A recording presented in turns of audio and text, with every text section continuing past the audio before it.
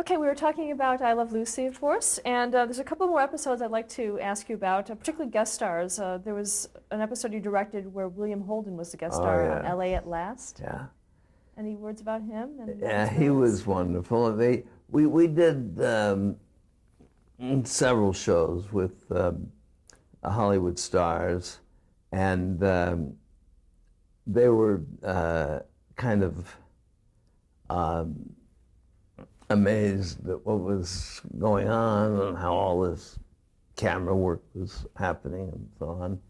But they were all very cordial and wonderful.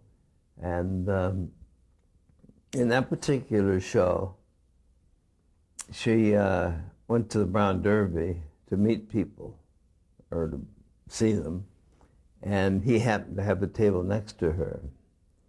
And I don't remember exactly how it happened, but through a series of incidents, she wound up hitting him in the face with a pie, spaghetti, something like that. And he was a mess. She ran out, and later that day or later the next day, Desi had invited him to come over to the apartment, and she was terrified.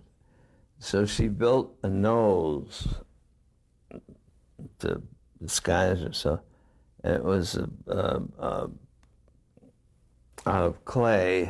It was like a, if you don't tell the truth, who was that? Pinocchio. Pinocchio kind of nose. And when he saw her, he was a little bit shook up with the looks of her. And she took out a cigarette, and he lit it for her, and the nose caught fire, and she was trying to carry on a conversation, and he was looking at her. It was very funny. And that was scripted? There's also... Oh, yes. Oh, yes. Was there any Everything hesitation? was scripted. Was there any hesitation to the fact that she was going to pretty much light her face on fire? Was there Yeah. a problem with that for Lucy? Or? No, she did it. It was tricky, but she did it. And it was all live, and they put it out, and Desi came in just about that time, and she was there with a pushed-in nose, and he. It was funny material, I know that. It was very little of the material was changed. The shows were well written, really well written. Including the physical bits? Mm-hmm. I would work out all of the physical stuff with her at night. It was hard for her to rehearse the physical things because they were hard to do. She'd beg like a dog. I forget the incidents, but it was hard for her to work it out with the crew, everybody there. So we do those things at night, and I was married to an actress, and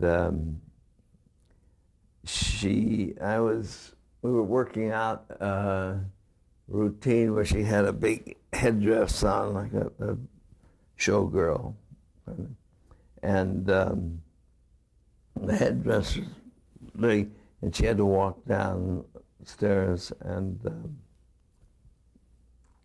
stumble, land a certain place. It was a very difficult thing to do, and she finally stopped and said, "Bill, would you ask your wife to do this?" And I said, "No, but I'm not married to Lucille Ball." And she said, oh, shit.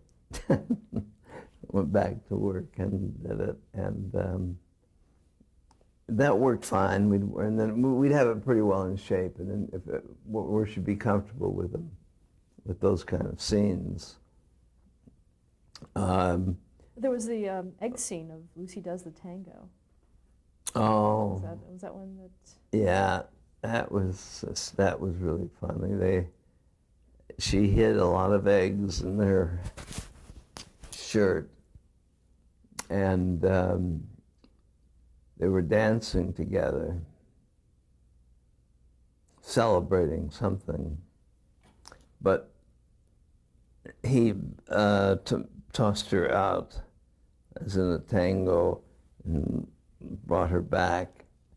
And as they came together, the eggs all squashed, and there was this long, long laugh. Really, it was the longest laugh we got, I think. And it was very funny and very uncomfortable for her. And one more guest star is Harpo Marx. Oh, Harpo was great. How was he to direct? Wonderful, wonderful. All of those actors for motion pictures were so cooperative. I mean, they couldn't do enough to do whatever I asked them to do. And he was marvelous. They did a routine where she was made up as Harpo, and he came over. Bessie invited him over. I forget exactly how they arrived, but they did a routine where she tried to make him think he was looking at himself in a mirror, and so they did a whole routine where she followed all of his movements. Was very difficult to do. And finally he did something to trick her, and he laughed, and they laughed. Now, you also directed the final half-hour episode of I Love Lucy. I did. Any memories of the atmosphere on that set? No, we were all kind of sad that it was going to be over. But I don't remember what the show was. It wasn't a special farewell to television. But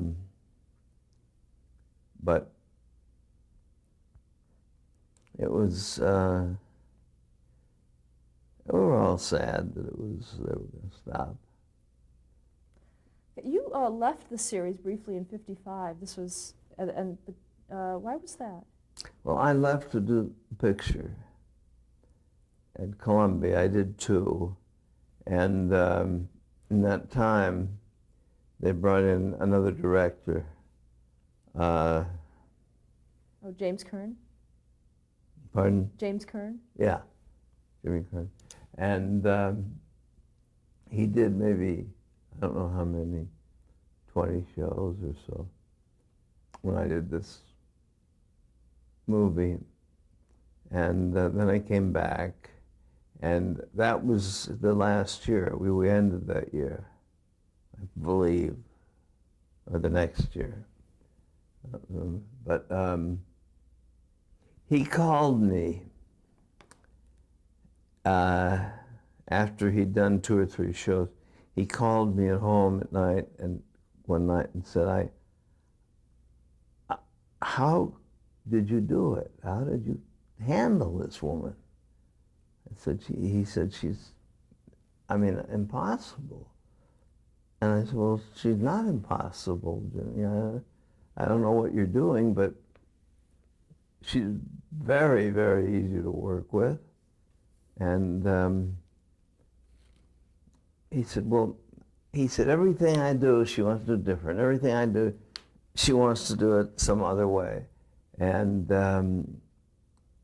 I realized that apparently he was afraid of her. And you couldn't be that way.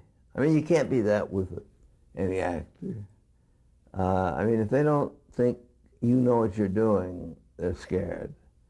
And I said, maybe that's a problem. I said, maybe you have to never put an or a well in front of a sentence. If you're asked a question, answer it. And give them confidence. Let her know that you know. And I said, I think that would solve it. And he called 3 or 4 weeks later, and he said, Bill, I tell you what I've done. I do it her way, and I bought a new Cadillac, and I'm happy. And I said, well, that's fine, that's good. And when I came back, I wondered, how she was going to react to me. But she was fine. What she would do, she'd walk into the first scene when we started to rehearse. And she'd walk in and she'd stand in the middle of the set and say, okay, what do I do? And she did that every week. And I said, you start over here, you go there, you do this, you say that, whatever it was. And then we'd start rehearsing, then that was it. It was just maybe something she did with him, I don't know, but and then that was it. It was like she wanted to know that I knew what it was, and had it planned, and then she was fine. Okay, let's move on. While you were working on Lucy, you worked on a few other programs. You had mentioned that you worked on the Danny Thomas show, and you did the pilot. I did that. All of the Desilu shows, I directed the pilots, and the first 10. Because that would be the Danny Thomas show. And that was when I did the Danny Thomas show. Is when I also did the Lucy show, so we were doing them together, and it was one of those things where I did the pilot, and it sold, and we both went back to work at the same time, but we worked it out, and it was fine. I was a wreck, and that was hard to do, but it worked fine, and Sheldon was on the show. He played Danny's masseur, and he wanted to be a director. He talked to me about it. I said, just, stick with me. Come in when you're not in the show, and pick up as much as you can in these 10 weeks. And he talked to Danny, and Danny wanted him to, do it. And the end of the 10 weeks, he just stepped right in, and he was fine. Another show was Willie.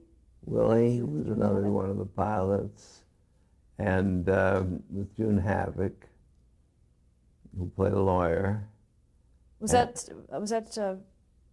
groundbreaking at the time? You mean a woman playing a lawyer? Yeah, I suppose it was. Yeah. It was, we played on that, yeah. It was also, you worked on December Bride? And December Bride was the same thing. I broke in, the assistant director on I Love Lucy, I broke in on that show. And he directed, he might have even directed the pilot, and I produced it. I don't quite remember. I either directed the pilot and then went on to do the show, or just went on to do the show. Another show you worked on was the Ray Bolger show. Yeah. I don't remember that. I don't remember what he did. or what his work was in that show. But it had the same structure. I would do the pilot, and then I would do the first 10. And we would schedule it in a way that I wouldn't have to do both shows at the same time. Okay, another show was Fireside Theater. Oh, that was, yeah. That was with Jane Wyman? That was with Jane Wyman, and she was marvelous. She lives down here. I see her occasionally. She's an old girl now. Loretta Young lives down here.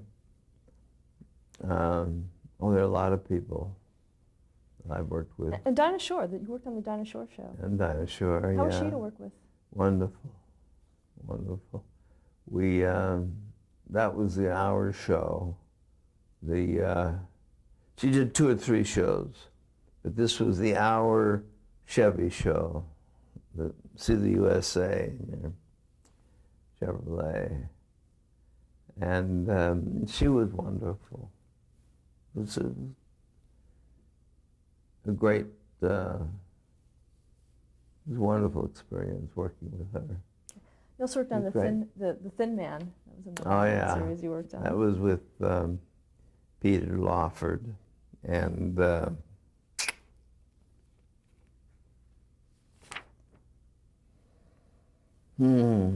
girl whose name I don't remember. I'm blanking on it too. Then you also worked on Shirley Temple's Storybook. That was a weekly show in which we did classics. They were,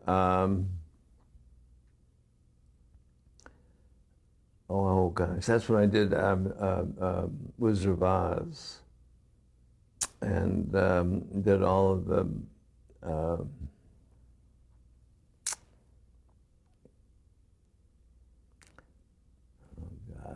we did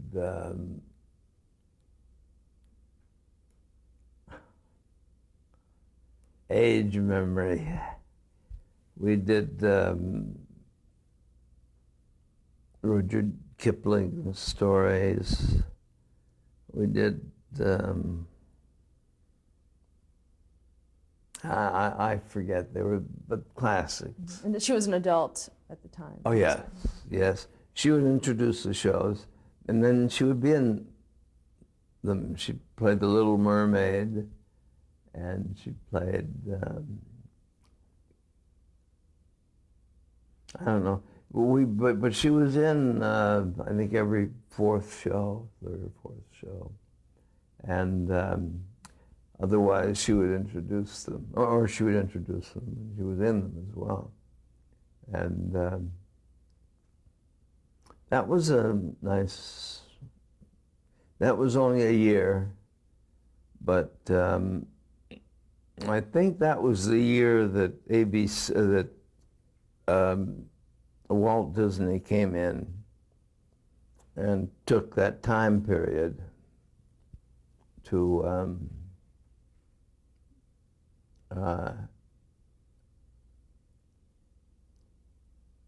do his own, put on his old movies and do new ones.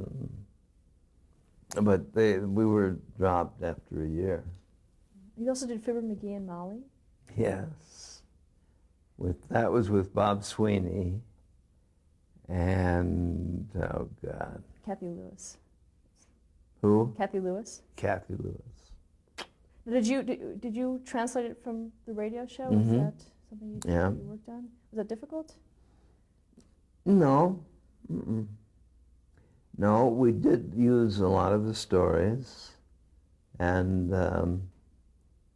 but rewrote them for the television.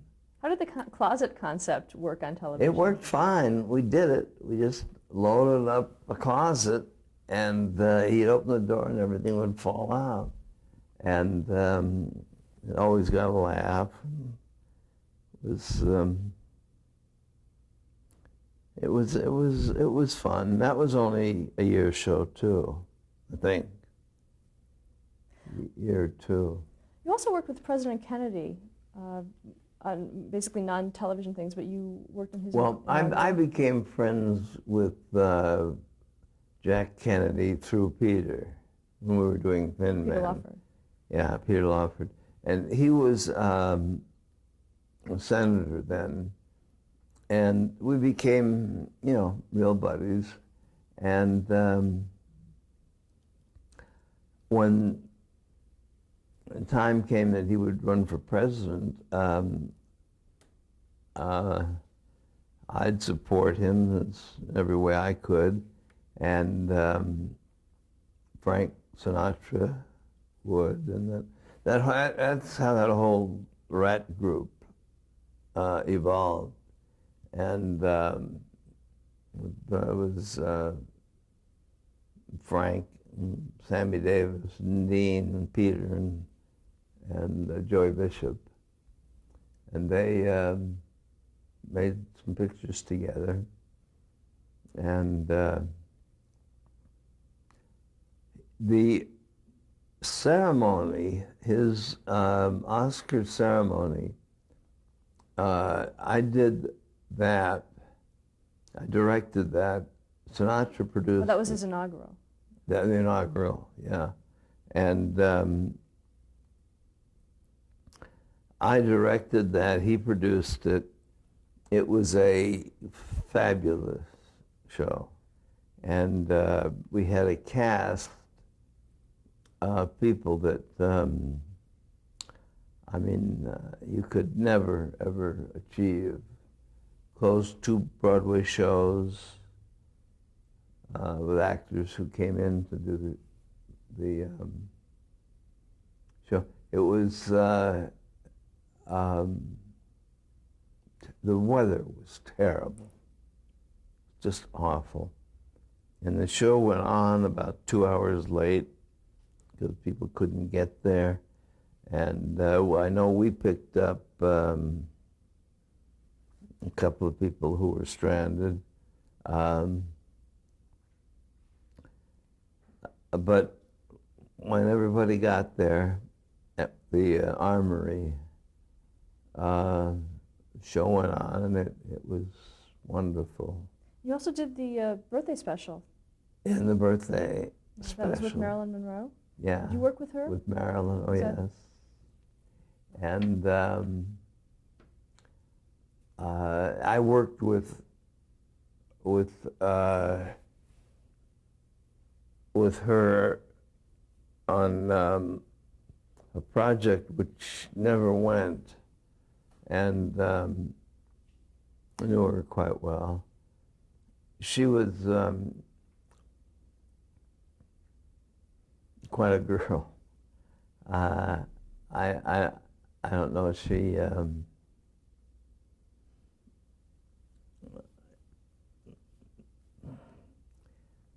the night that she killed herself, Peter called me. We were going to have dinner with her, and Peter called me and said, I can't get her on the phone. I've been calling. I had been down at the beach with her and Peter, and she laughed with her publicity girl, whose name escapes me. And he said, I can't get her on the phone. The line's busy. And why don't we cancel dinner? And I'll keep trying to get her. And if I can, and you come on down to the beach and where he lived. And I said, fine. And he called me about, and he called me again. And he called me again about 12 o'clock.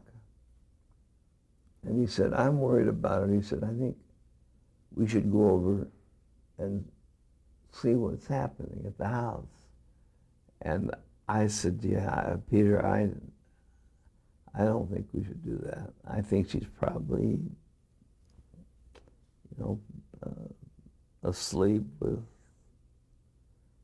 pills, and she'll be fine. And I said, well, I'm worried. I said, I tell you what you do. You call Joe Kennedy. Joe Kennedy and I had become very friendly. And I said, you call Joe and ask him what to do. And he did, and Joe told him, under no circumstances, go there. I mean, there's just nothing to be gained. And it was about, I guess, 3 or 4 o'clock, he called me and said that that Mrs. Murphy had called. Mrs. Murphy was her maid, and he said she had called her doctor, who came over and broke in to her bedroom, and she's dead. Whether or not Peter and I going there earlier would have saved her life, I don't know. That haunts me. I don't know. Did it come as a shock to you, having seen her that day? Hmm? Did it come as a shock to you, having seen her that day? Oh, yes. I was terribly shaken up by that. Yeah, let's move on to another show that you co-created, the Patty Duke Show. Oh, yeah. I did that with Sidney Sheldon. And we did the pilot here, and she played 2 characters. And then playing 2 characters took a lot of time. I mean, it was just, we'd have to stop and she would change.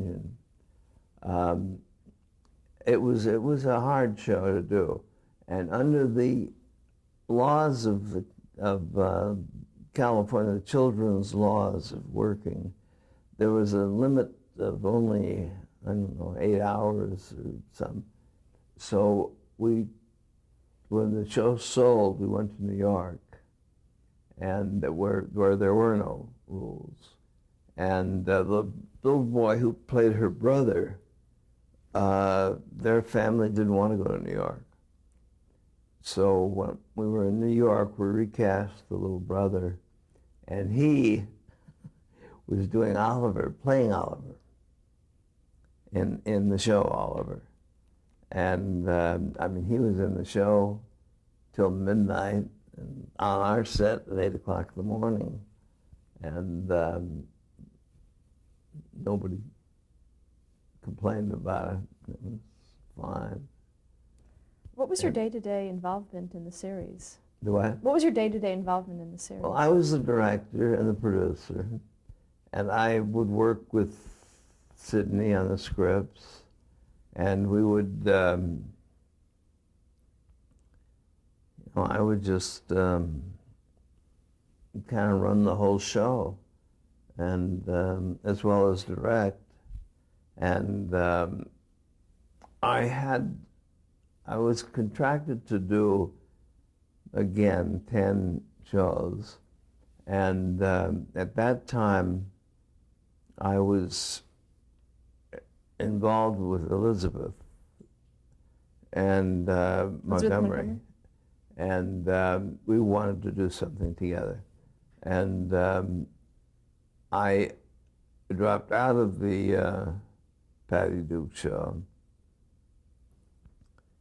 to much concern of everybody. It was kind of messy. And I also... Let's stop there to change the tape.